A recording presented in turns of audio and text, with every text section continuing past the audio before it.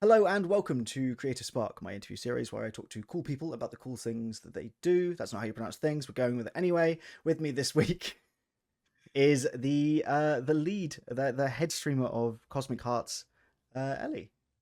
Hello. Hello. That's not like the only thing you are, but No.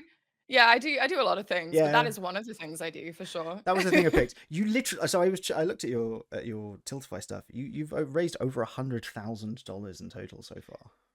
Yeah, we're about there. I'm a bit muddy on the numbers. It's roughly around there. I'm doing mutual aid and fundraising for various different places, it makes currency conversion hard, and I'm like, "It's Of roughly course. 100K now." So, yeah, it's pretty cool. I've said it on a YouTube video now. I think it's true.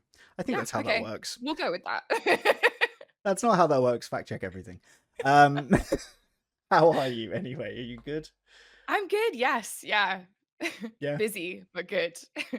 very relatable. Mhm. Um, Most of the time, I start with people's journey into like content creation and streaming and stuff. I want to start a little bit before then with you because you were in game dev, right? Mhm. Yeah, So I have been in the industry for 10 plus years now, so yeah. 10 plus. Um, I was wondering if you'd be interested in talking about your journey into game dev. Um, yeah, so it's actually a really weird journey that people are always like, "How did you end up here?" And it doesn't really make any sense. Essentially, I've been playing games since I was 3 years old. I My dad was given a PS1 demo disc for Spyro, and I started playing it. It was like a whole like, "Oh, you have kids? Take this demo disc for children," kind of thing. So I started playing games, fell in love. I never really knew that games could be a career Mm, for somebody that wasn't into like at the time like computer stuff, yeah.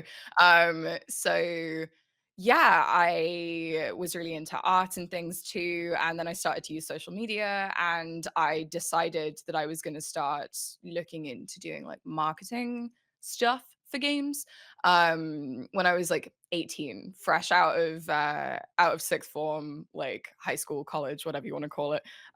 18 years old, didn't really know what I wanted to do Mhm. degree wise, so I just didn't go to university.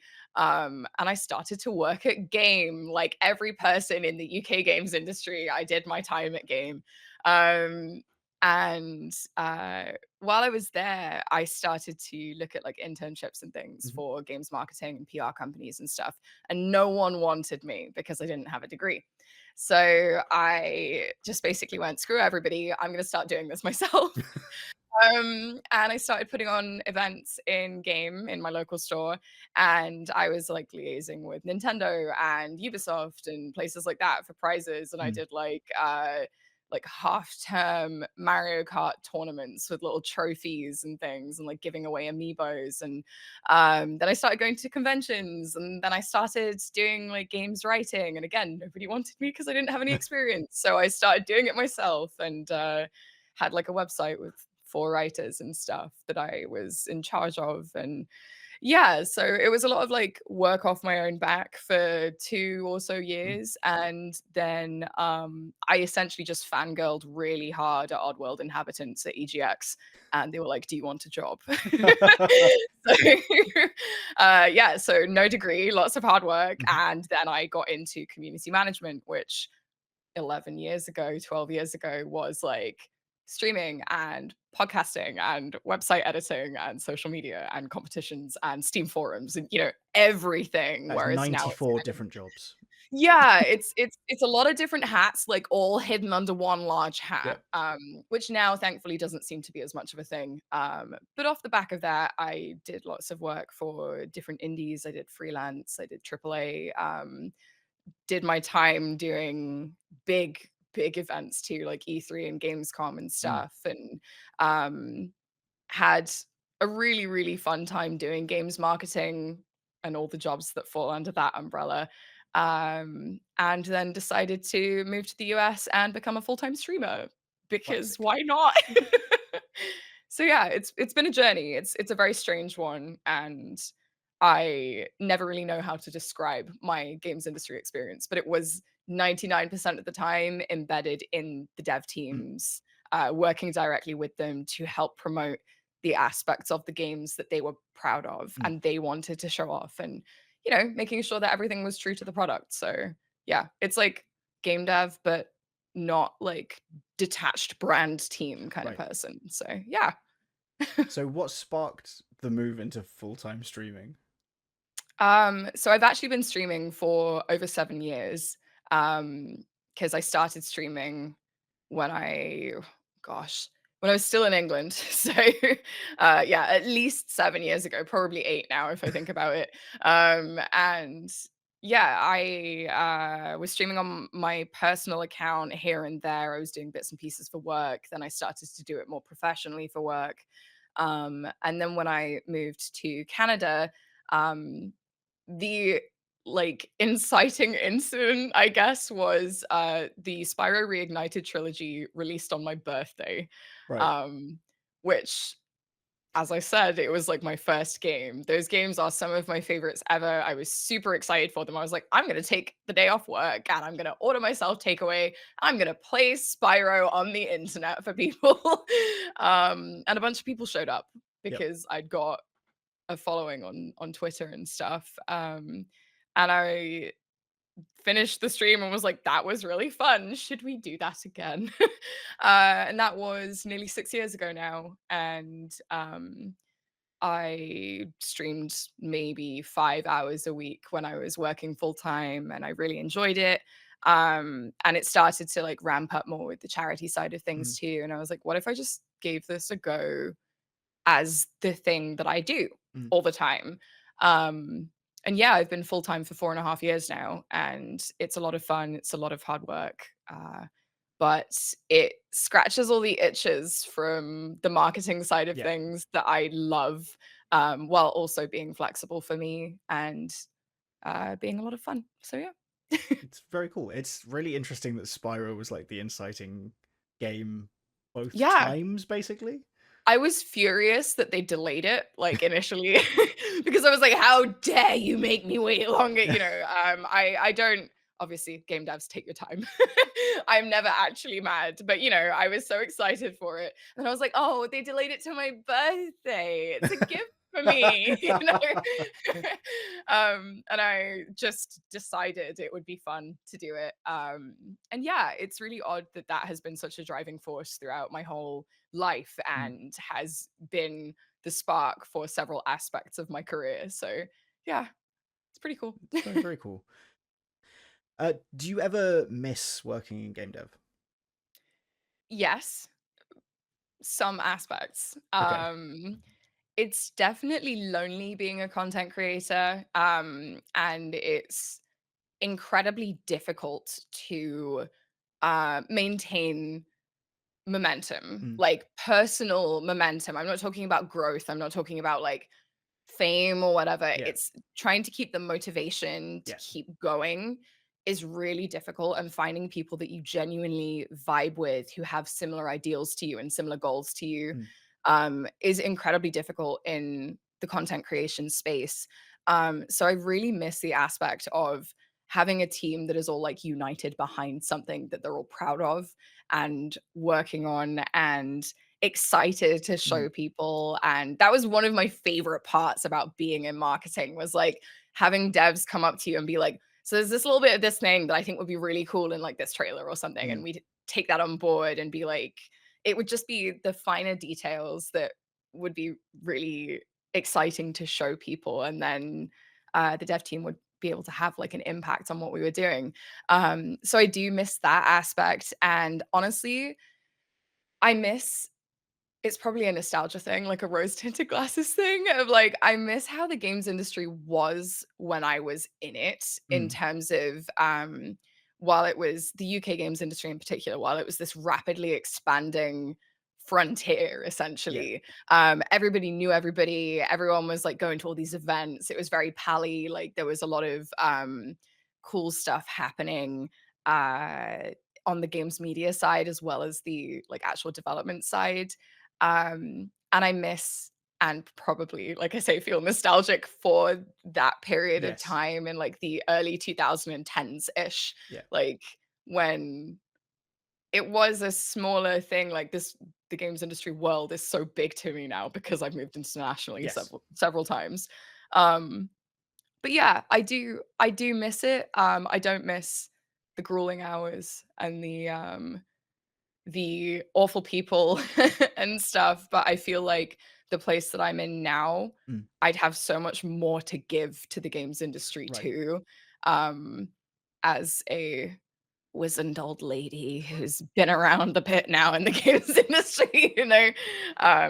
Yeah, so it's kind of a it's a weird feeling. It's very bittersweet, as I'm sure you can probably appreciate, like, still being in games media and stuff. It's a Yeah. strange feeling to navigate.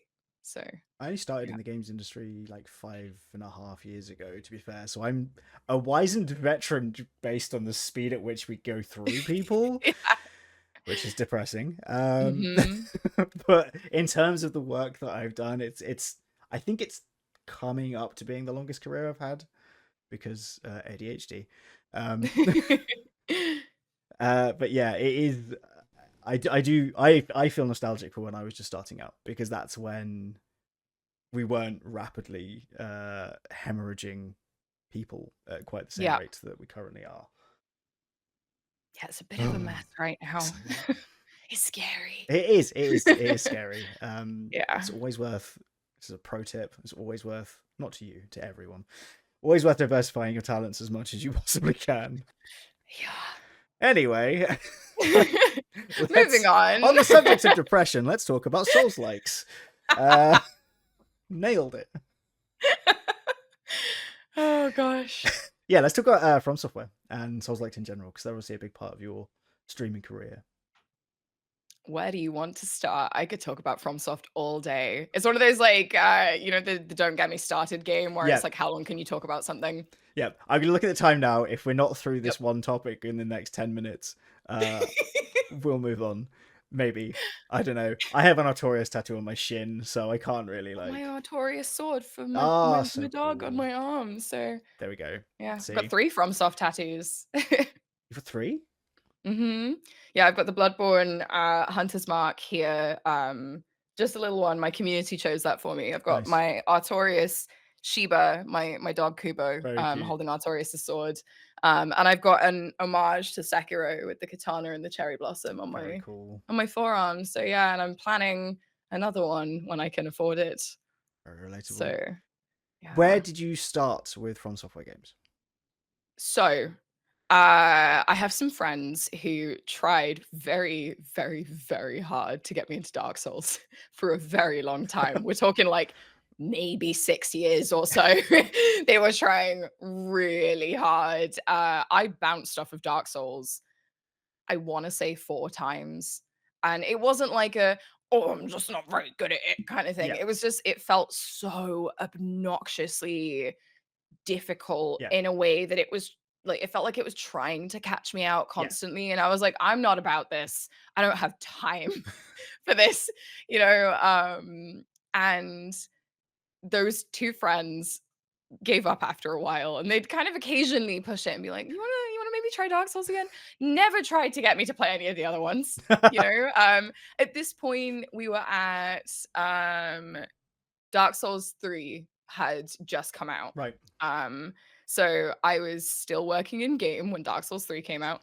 Um, the trailer was obnoxiously loud. And I was kind of like, maybe I should give these games a go at Mm. some point. Like, this looks really cool.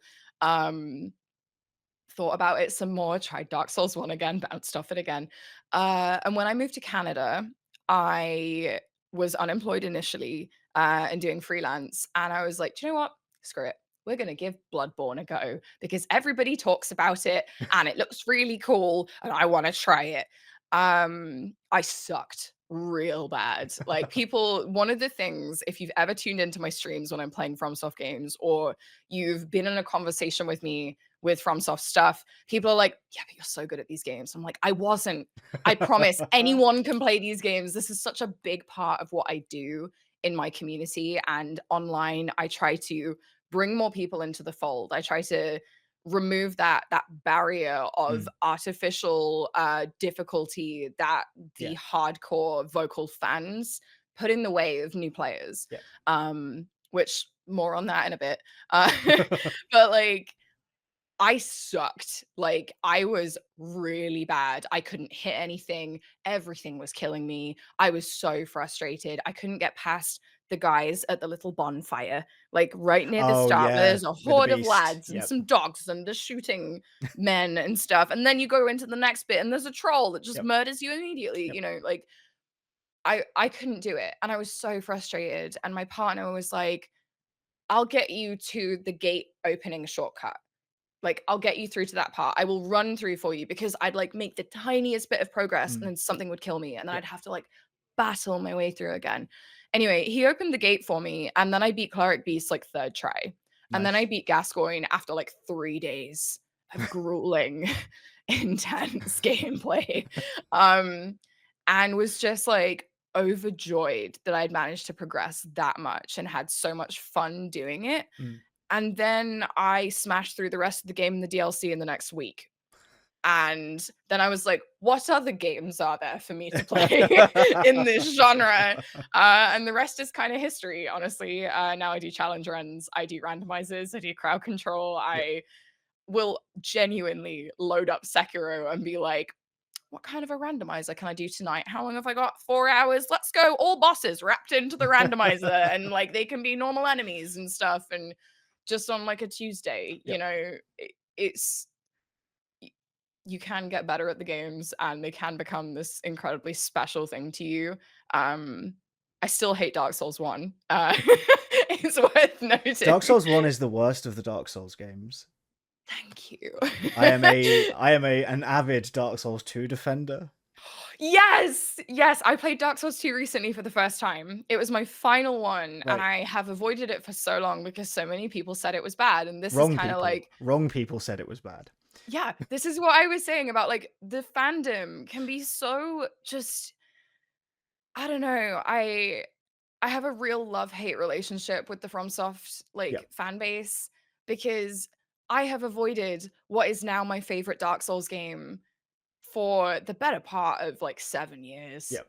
because people had told me it was bad and people had been like, "Oh yeah, but it's just a worse version of Dark Souls 1." It's like, well, then I'm really not gonna play it, you know? I loved it. It was so It's weird so and, weird. like, quirky Yep. and fun, and the NPCs are strange, and we Yep. don't talk about Spider Town, but, like, the bosses are fun, and, like, I just I had such a good time with it, and it was such a joy to get to experience a new FromSoft game, like, new FromSoft Mm. content for me, uh and genuinely have fun after, I'll be honest, what was a very disappointing Elden Ring experience on stream. Um, so yeah, it kind of like reignited and sparked my love for FromSoft Mm. games again. And now I'm like, yeah, what else can I put in my content? What other FromSoft stuff can I play again? And it's been really nice. And Dark Souls 2 is good, in fact, everybody. Dark Souls 2 is a constant delight. It's not perfect, but none of those Oh, games far from are. it. None of those games Like, are. Dark Souls I just 1, like that if they did something different. they They did. weren't afraid to do something Yes. different, and I know that Scholar of the First Sin is different to Dark Souls 2, I know, like, that's not what I'm talking about. I'm talking about, like, the weird, like, "Oh, yeah, go and unfreeze this statue to Yep. access 3 more Yep. areas," Stuff like that, and just it was just so good, and the fashion is incredible, and the fights were great, and it Yep. didn't feel like it was actively fighting my progression as well, Yes. which is one of my biggest complaints with Dark Souls Yeah. 1. Um, so yeah, we don't talk about the Ivory King DLC in my community because I did not have a good time with that, but, like, That's hard. Fume Knight and Cerulon, notoriously 2 of the hardest bosses in Dark Souls 2. I Mm. loved them. They Fuma's were great. so good. Yep. I did the one challenge run I've done back when I was streaming was Dark Souls 2 with no armor and only fist weapons. Oh, hell yes. And I beat Fume Knight on my second try, and I was so happy. Punching that boss to death was a delight.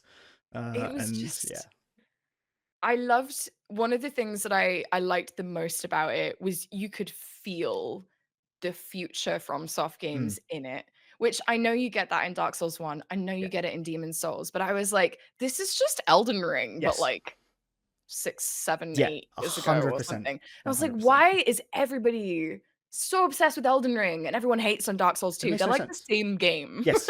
No, 100%. Elden Yeah. Ring is an open world Dark Souls 2 game, not an open world Dark Souls game. And it's Yes. so weird Yes. that people don't Yes. understand that. Yeah. So strange. Yes. I love Dark Souls 2. I haven't played it in ages. I might jump into a run again at some point. Honestly, Um, I had one of my favorite moments in any of my streams that I've done, like, from soft content, mm, was during Dark Souls 2 because, I was working my way through the Fire DLC, the second one. burnt Yeah, something. the Burnt King? Is that what Burnt. it's called?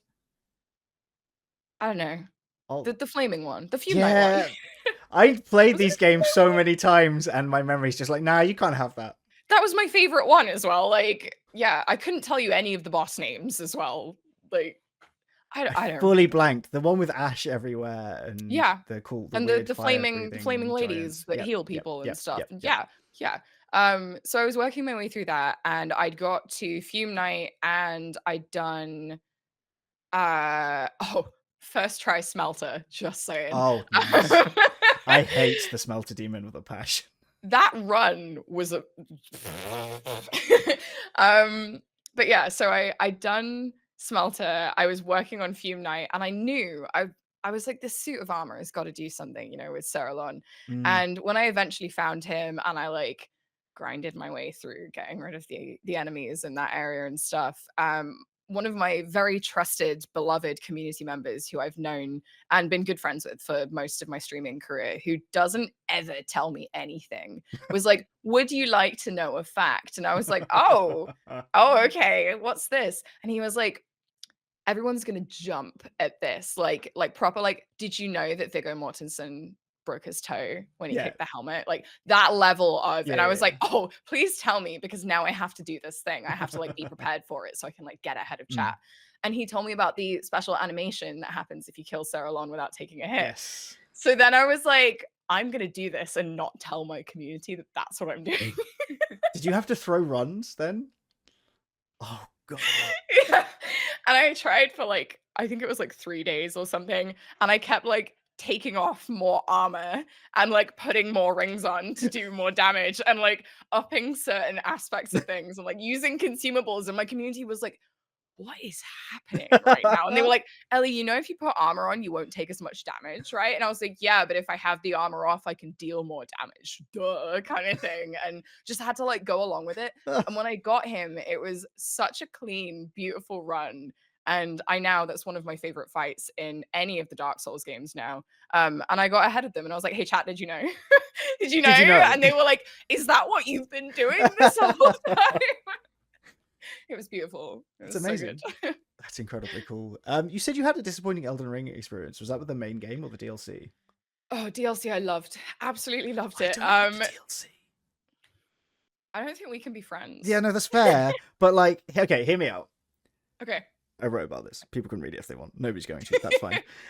My main issue with the DLC is, and I'm not going to spoil anything, but I think the final boss is the most random collection of nonsense I agree. and I loathe it. Um, I agree. I don't Phase 1, like. perfect. Yeah, The rest, just but also put it like, in the bin. why is it here? Why is it here? From a lore perspective as well as I just not a fan. I wanted more. I agree. I don't like the shadow free. I can't pronounce that properly. I think it's like shadow tree fragment concept. I think that would have been better if it was tied to bosses like in Sekiro, personally. Yes. And I I would get why it also, wasn't, but yes. yeah, I get why it wasn't because exploration, but also I would much rather have had that. And I would rather have played through a DLC that was post one of the endings. I would rather have seen Melina like wrecking shop because you went Flame of Frenzy, or see what the Age of Stars looked like. I think there are so many interesting concepts after the game that going to the side of the game instead just bummed me out. I was convinced that we'd get a different ending from the Yes. DLC. I was like, before I even like, I didn't watch any of the trailers, I didn't read anything about it, and I was like, it would be really cool if Yeah. it gave us a new ending, which, having played through the whole thing, it could have, Yep. and they just didn't, Yep. and that is a missed trick, I Yep. think, like, missed opportunity, but yeah, I don't know if it's because of the experience I had with the base game making the DLC feel so much better, Mm. but, like, the DLC contains one of my favorite boss fights, I think, in any FromSoft game, and, definitely, hands down, my favorite boss fight in the entirety of Elden Ring. Which Um, one? Mesmer, Okay, Mesmer's cool. he's my boy. Oh, is he? Hold on, is this like a crush? Are No, you no, I okay? just, like I knew that he People was, crush like, the on Mesmer. poster boy and everything. Oh, yeah, there is a clip of me being like, "Why is he hot though?" No, I knew that he was the poster boy, and honestly, being married to a narrative director, and I've been with my partner for the best part of a decade, like, I'm a narrative monster. My Right, community knows this. I called who the final boss would be way, way early on in the DLC and right. stuff, and I was like, Massimo's not gonna be that big a Mm. deal in the grand scheme of things, to keep things as spoiler free as possible. So I wasn't surprised when I found him and stuff, and I was like, okay, this is, and then the fight just like blew me away. Everything about it. And again, I won't go into details because I don't want to ruin people's experiences, but like as a complete thing Mm. and the lore implications and the lead up to it and like the details of um everything in the Yeah. fight. Uh, I just thought it was really cool, and, like, my favorite boss fights in FromSoft games are, like, Orphan of Kos and Lady Maria and Sword Saint Ishin, and, Right. like, I Those love a ones. really good Yeah. challenging fight that's fast, usually with a humanoid enemy, um, and I'm a big fan of, like, Ludwig and stuff, and Dancer of the Boreal Valley. Mm. And so to see so many things that I love that are minute details Mm. in the grand scheme of the games wrapped up into one fight, I was just like, FromSoft, I feel like you've made this fight for me. It's the So Spyro of the Elden Ring DLC. yes, yes. But yeah, when I played through the base game, I saved it for a bit. I didn't play it. When did it come out? February. I didn't start it Nice. until like June or something. Because I was like, I'm not going to be able to compete with this is a thing as a creator. You have to like suss out when Yeah. it's going to be good for you to play something. I hadn't done FromSoft content for quite a while. I kind of burnt out on it after doing Blood Level 4 and Partner Push at the same time Right. on Twitch. So I didn't Understandably really, so. yeah, I didn't really stream any FromSoft content for like 2 years or so. Um, and I was like, I'm not going to be able to just go live on launch day Mm. and play Elden Ring and have people show up. So I left it for like a good 4 months. So everybody else finished it. Right. Um, so I got to roughly halfway through the game, and from that point on had all of the other bosses spoiled for me. Ah. So I knew everything, and it's part of the perils of being a streamer, yes, is you are going to get things spoiled for Mm. you. But my mod team was like on it. We had blocked terms and things. And it was just stuff where like people would post on Twitter and be like, oh, I beat XYZ today with this weapon. Yeah. And it would be like, oh, okay, well, that's Mm. another boss spoiled kind of Yeah. thing. And people posting artwork and stuff. Yeah. And um, yeah, it really bummed me out towards the end because from like it was from Fire Giant onwards. I knew everything that was coming. I knew about the different endings. I knew Mm. about the surprise phase twos. I knew Yeah. about the oops, you got to do both of the end bosses every time, Yep. and it really took away from not only my experience playing it, but people's viewing experience too, which then bummed me out even Right. more because everyone was so excited to be like, ha ha ha ha, tricked you, Yeah. Melania's back, kind of thing. Yes. And I was like, I know that this is a thing.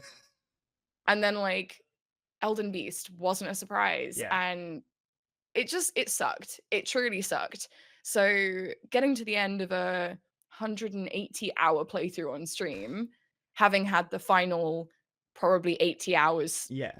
basically spoiled for me, was it really little pun, it really tarnished my experience. Oh, But no, it was rough. And I didn't want to ever play it again after I'd finished it. I got the platinum in one go. I saved scummed the endings. I was like, got my plat, don't yeah, care. respect it. Um, so yeah, it made me sad more than anything to have had a game from a team that produces games that I adore Mm. be so warped by an online experience, to the point where I was Yeah. like, I'm not doing first playthroughs on stream anymore. All Like, it right. was that bad. It like really heavily impacted my content plans and my morale going forwards and stuff. Um, so yeah, when the DLC came out, I was like, oh, what if I just like streamed this day one, didn't really care about the numbers, Yeah. and we just go for it. And I had so much fun because it was for me. It Yes. wasn't for anyone else at that point. And I was like, if no one shows up, fine, fine. I don't really care. And yeah, it was refreshing having a fresh playthrough, a brand new playthrough of something completely unspoiled. Yeah. I had nothing spoiled for me through the entirety of the DLC, and it was beautiful. Um, and just having a blast with it. Yeah, so it It's was nice. really interesting to hear such an obvious example of how the concept of making content that you want to watch and that you want to do, and how different that is versus, oh, this is what I should do. I should play Elden Ring a few months later because all the big streamers will be pulling it in and I haven't done this. And then with the Shadow of the Erdtree, you were like, no, I want to do this. And the difference in enjoyment, that is a really shining example of Yeah.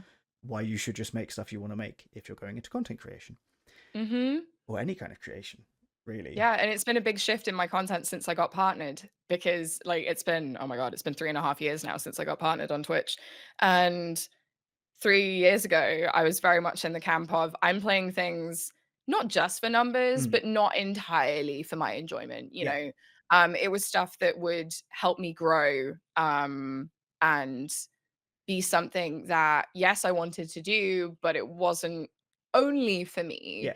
And now I'm like, do you know what? We're going to play Stardew on Monday afternoons because I want to. And then we might wrap up with a Sekiro randomizer because I can, and you will like it, kind of thing. And it's been really freeing. And it's also been kind of enlightening seeing it be adopted by other people Mm, too. It's like, watching other people lean into things that they genuinely enjoy and seeing their content grow yeah, and their channels thrive off the back of it, I'm like, "Oh, that's very this cool. is so nice," because you sometimes you just have to lead by example, and yeah, it's not gonna be easy all the time. There are still low number days and Yeah. stuff, like, I do still have days where I'm like, "Oh, that's half of what I normally get on a stream," but do I care? No. It's fine. Like, I'm having fun, which is more than can be said for a lot of people who do content creation. So, Yes. yeah. Let's move away from FromSoft. That was a 22-minute conversation about Songs of Games. I fully lied. I won't cut any of that either. So, uh, here we are. Let's talk about Cosmic Hearts, your stream, your charity stream team. What was the cause of that, and how's it been? So, I've been fundraising on Twitch now for what year are we in? 5 years nearly. Um, I decided I wanted to do something good with my platform, and I was like, I'm gonna learn how to fundraise. And my first fundraiser I did with work did really well. And then I was like, I'm gonna do my own fundraiser, and it did really badly. And I was like, oh, this is actually harder than I thought. And I've spent the last few years building a community that is generous Mm, and not only with money, but with their time and their energy and their support and their willingness to learn and their willingness to educate and things, which is all kind of fundamental to doing charity fundraising on Twitch and online. And as with all content creation stuff, it was very lonely. I didn't really have yes. anyone that I knew that I could collaborate with. I didn't really have anyone who could help support in terms of boosting events by also participating in things. Yeah. And there was a lot of trial and error with setting up events and having people join, and then the liability of you don't know what people are going to say, you don't know if people are going to show up on time. Like there was just a lot of hazards, Mm. let's say, with trying to build an inclusive community and fundraise and also collaborate with Yes. people. um so when I got partnered, I knew I wanted to set up a permanent team, having already set up a what is now a temporary team, what was a temporary team that people would just join and help out with stuff. Yeah. I knew I wanted to find like-minded creators who were genuinely interested in and dedicated to uplifting other people. Mm. They weren't in it for their own benefit. They weren't in it to gain fame and fortune by being such a generous, wonderful fundraising Yes. person. You know, like people do that. That's fine. Like that is not what I'm about. Yeah. I genuinely want to help people. So I started talking to my friend who had done a lot of fundraising events with me. And there was a lot of back and forth about could we set up a team? Should we set up a team? How would we structure it? How would we find leads? Like, how would we choose events? Mm. Would it be a good idea? How do we invite new members in? You know, we went through all of the admin side and the planning side, and then a charity stream team blew up online, and Right. we were like, "Oh no, is this a terrible idea?" Because there was people involved in that team that weren't being very nice, let's say. You'll be able to see the Um, moment there where I was like, blew up, like, oh, good. And then the realization where it was blow up as in bad. And you'll be able to yep, watch my face yep, expression that go from, oh, no. yeah. So we had this kind of crisis of like, what if people mistrust us based on Yeah. that? How do we have like concrete plans to invite people in and show people that we are dedicated to trying to do good. Um, and we've not been perfect with it.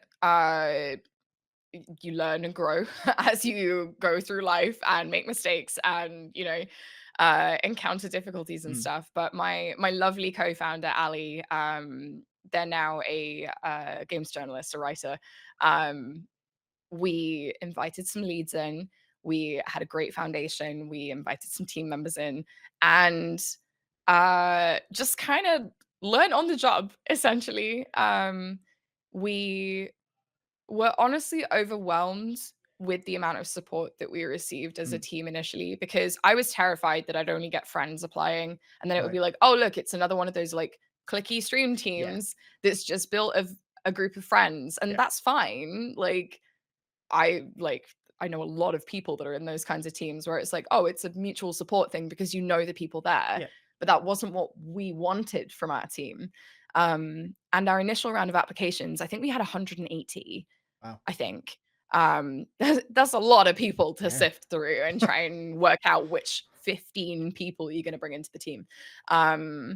So what we were genuinely surprised by was the amount of people we didn't know Right. and how much it had spread beyond our circles. And honestly, that's been the best thing about the team is we've been introduced to so many different creators who are absolutely fantastic and they've introduced us to their communities who've introduced us to their communities Mm. and it's just had this really wide reach of people who just want to help others, not just through fundraising, through knowledge sharing, through helping with guidance and like personal support and things too, and helping people grow as human beings Mm. and as creators. And, you know, it's just been this wonderful thing that I have considered giving up on several times because of things being difficult Mm. and the content creation space being so hard. But I'm incredibly proud of what we've done and the thing that we've built and grown. And obviously, it's nice to have raised a bunch of money for Yeah. a bunch of really cool causes on top of that. So yeah, it's been a journey so far, and I have no idea where it's going to go in the future either. If is there a singular lesson that you've learned from the Cosmic Hearts journey so far that you would want to bestow upon anyone else who's looking to do something similar? What would it be? Um, Not necessarily a singular Mm, lesson. Um, I think the biggest things that we've learned are not to force things. Like if you for example, diversity is such a huge deal in inclusive communities and mm, inclusive spaces, and you want to make sure you have diverse voices in the room. Don't force it. Don't just bring people onto something because you need a uh somebody from that yeah. background. If you are only getting good people from one demographic or from one background or from one identity, that means you're not working hard enough, Right. and you should abandon it and try again after you've worked on stuff. Like, don't force it. Yeah. Um and it's okay to do that. And also trust your gut with things. Like, I'm a big believer in, if something doesn't feel right in my gut, Mm, I will not move forward with it. And I have moved forward with several things at the request of other people that hasn't felt right to me, and yeah. it has always gone wrong. So yeah, it's very much like you have to operate in a, what are the words I need for this? You have to be very open to listening to others, but you Mm, also have to understand that, like, people aren't always right, yes. and you aren't always right, and Yes. finding that balance is really hard. Um, so yeah, it's it's rough. And another piece of advice is to find people that you trust and listen to their advice and their Mm, opinions, because it can be invaluable for those gut checks that you yeah. need to do. So, yeah, There you go. and always be open to learning and growing. It's just solid life advice. Yeah, yeah. We've covered most of the stuff. Do you have an aim? Is there like an end point or a next step that you're kind of looking towards as a streamer that you're aware of, that you can see, that you have an idea of where to how to get there? People always ask me this, and I'm like, "No." That's fair. I feel like having had such a solid career Mm, path through the games industry, I am enjoying not really caring. Um, this year in particular has brought about so many fun, interesting opportunities that I never would have even considered mm, being a thing, even last year. mm. Um, and I'm kind of just like feeling things out and being like, oh, what's over there? And like, we'll go for a little wander over there and see what's happening. But in the immediacy, I've just started doing short form content because it's something that I've wanted to do for a long time, and Mhm. I've finally like found balance in my life so that I can work on it, and I don't cry when I edit videos now. That's Um, good. so that's been really fun to like learn new skills and learn new platforms and Mm. stuff. Like, I find that kind of stuff fascinating. I'm not good at TikTok, but it's fascinating. Yeah.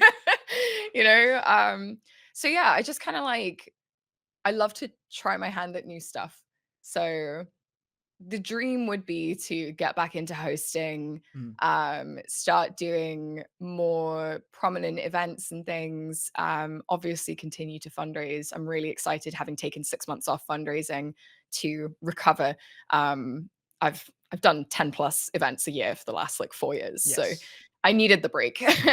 Um, yeah, like getting back into fundraising, like smashing past that 100K mark Yeah. and like onwards and upwards, you know, Mm. continuing to grow my team, continuing to have fun with my content and inspire others to be themselves and be passionate and do what works for them, instead of listening to all of the guys online that are like, keep to consistent schedules and niche yourself. It's like, no, do what you want. Find what works for you and roll with it Mm. and adjust accordingly. Um, yeah, I'm just excited about what I do, and I have already been given some incredible opportunities through doing this, and I'm genuinely like, I don't know what the next year is going to bring, let alone the next like 5 or so. Yeah, So we'll just see what happens and respect keep it. going forwards. So Very cool. Is there yeah. any specific thing you want to shout out before we say goodbye? I guess just me. Okay. No, I'm doing a fundraiser for Starlight in September. I'm going back to doing their September streaming event. Mhm. I love fundraising for Starlight. They're fantastic. They provide hospital equipment and gear for children in hospital. So things like colorful gowns and stuff, and Very games sweet. consoles, and like VR experiences and Mm. things for seriously ill kids who need a bit of a break from the serious illness side of things. I love fundraising for them. So I'm doing a month-long event for them. Um, I don't know. I guess just come and hang out in my streams, see what they're like, support my little TikTok videos and my YouTube shorts. Um, yeah, and check out the Cosmic Hearts team because they're all fantastic and I adore each and every one of them. So, yeah. Wonderful. The sign off I've landed on is just waving at the camera and then I cut it Okay, cool. because I don't know how to end with these things. So I love that though. I don't know. So yeah, if you'd like to join me in a wave, we'll just wave Yes. at the Yeah, bye okay. people. Thank you for joining.